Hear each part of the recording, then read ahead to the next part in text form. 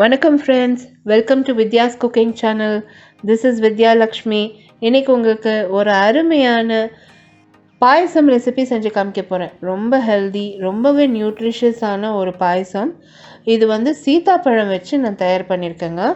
இப்போ சீத்தாப்பழம் சீசன் முடியறதுக்குள்ளே தயார் பண்ணுங்கள். குழந்தைங்களுக்கு, பெரியவங்களுக்கெல்லாம் ரொம்பவே நியூட்ரிஷியஸ். எஸ்பெஷலி டயட் பண்ணுறவங்க, சுகர் சாப்பிடாதவங்கலாம் வந்து சுகர் அவாய்ட் பண்ணி வெறும் அந்த பழமே யூஸ் பண்ணி தயார் பண்ணலாம். ஸோ இந்த சீதாப்பழம் ரெசிபீஸ்க்கு வந்து நீங்கள் சுகரே ஆட் பண்ண தேவையில்லை. இது ரொம்பவே ஒரு அருமையான ஃப்ரூட்டுங்க, ரொம்ப நியூட்ரிஷியஸ். இந்த பழம் நல்லா பழுத்திருக்கணும், சீத்தாப்பழம் நல்லா பழுத்திருக்கணும். அது வந்து உங்களுக்கு மில்க் ஷேக் ரெசிபி நான் ஏற்கனவே காமிச்சிருக்கேன் பாருங்கள், அதே மாதிரி தான் நான் தயார் பண்ணுறேன். ஒரு ஜல்லடை வந்து ஒரு பாத்திரத்து மேலே வச்சுட்டு அந்த சீத்தாப்பழம் நல்லா பழுத்திருக்கிறத வந்து ஸ்பூனால் எடுத்து அந்த ஜல்லடையில் சேர்த்து நல்லா தேய்ச்சி விட்டோம்னா அந்த ஸ்பூனை வச்சு அந்த விதைங்கள்லாம் செப்பரேட் ஆகிடும். ஸோ அப்போ அந்த விதைங்கள்லாம் நீக்கிட்டு அந்த பழத்தை மட்டும் நம்ம யூஸ் பண்ணலாம். ஏன்னா சீத்தாப்பழத்தில் நிறைய விதைங்க இருக்குது. ஸோ அது சாப்பிட்றதுக்கு சிரமமாக இருக்கும்.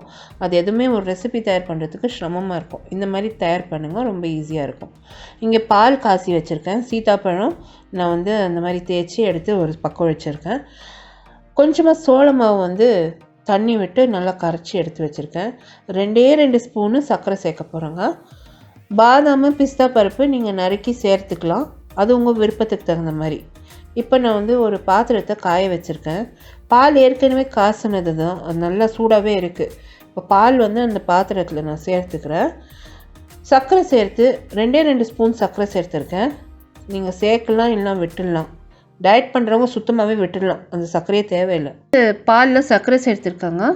அது ஒரு ஸ்பூன் வச்சு நல்லா கலரி விட்டுட்டே இருந்தேன், அது நல்லா கரையணும். ஸோ சர்க்கரை கரைஞ்சால் போதும். இப்போ நம்ம வந்து அந்த சோள மாவு கரைச்சி வச்சுருக்கோம் இல்லையா, அது நிதானமாக சேர்த்து எல்லாத்தையும் ஒன்றா கலக்கணும். இந்த ரெசிபியின் டீட்டெயில் பார்த்திங்கன்னா என்னோடய ப்ளாகில் இருக்கோங்க. ப்ளாக் லிங்க் வந்து I card above this video நான் போஸ்ட் பண்ணியிருக்கேன். அப்படி இல்லைன்னா நீங்கள் description box below this video நீங்கள் கிளிக் பண்ணி என்னோடய ப்ளாகை விசிட் பண்ணலாம். Detail recipe and other recipes அந்த ப்ளாகில் இருக்குது. ஃபார் ரெகுலர் அப்டேட்ஸ் என் இன்ஸ்டாகிராம், ஃபேஸ்புக், ட்விட்டரில் கூட நீங்கள் லைக் பண்ணி ஃபாலோ பண்ணலாம். எல்லா லிங்க்ஸுமே description box below this video இருக்கும். இந்த ரெசிபியில் என்னென்ன பொருட்கள் யூஸ் பண்ணியிருக்கேன் அதோட மெஷர்மெண்ட்ஸ் கூட description box below this video post பண்ணியிருக்கேன். இப்போ சோள மாவு கரைச்சதை சேர்த்து இந்த பாலில் நல்லா கலந்து விட்டாங்க. அது வந்து ஒரு 2 நிமிஷத்தில் நல்லா கெட்டியாக வந்துடுச்சு. ஸோ அடுப்புலேருந்து இறக்கி பாலை நல்லா ஆற வச்சிடலாம். இந்த பாயசம் வந்து நல்லா ஆறுனதும் அதில் நம்ம வந்து பழம் சேர்க்கணும். எப்போவுமே வந்து இந்த பழம்லாம் நீங்கள் வேக வச்சிங்கன்னா அது டேஸ்ட்டு மாறிடும். ஸோ கொஞ்சம் ஆறுனாக்கா நல்லாயிருக்கும் பால். இப்போ பால் நல்லா ஆறிருக்கு பாருங்கள். நம்ம வந்து அந்த சீத்தாப்பழம் நம்ம எடுத்து வச்சுருக்கிறத வந்து பாலில் சேர்த்து நல்லா கலந்துடலாம். ஒரு 2 மீடியம் சைஸ் சீத்தாப்பழம் தான் நான் வந்து விதைங்கள்லாம் நீக்கி நான் வந்து சேர்த்துருக்கேன். ரொம்ப அருமையாக வந்ததுங்க. பசங்க எஸ்பெஷலி குழந்தைங்க வந்து ரொம்ப என்ஜாய் பண்ணுவாங்க. ஏன்னா அவங்களுக்கு சாப்பிட்றதுக்கு சிரமமாக இருக்கும், அதில் நிறைய விதைங்க இருக்குது. ஸோ இந்த மாதிரி செஞ்சு கொடுங்க, அவங்களும் ரொம்ப விரும்பி சாப்பிடுவாங்க. ரொம்ப ஹெல்த்து கூட.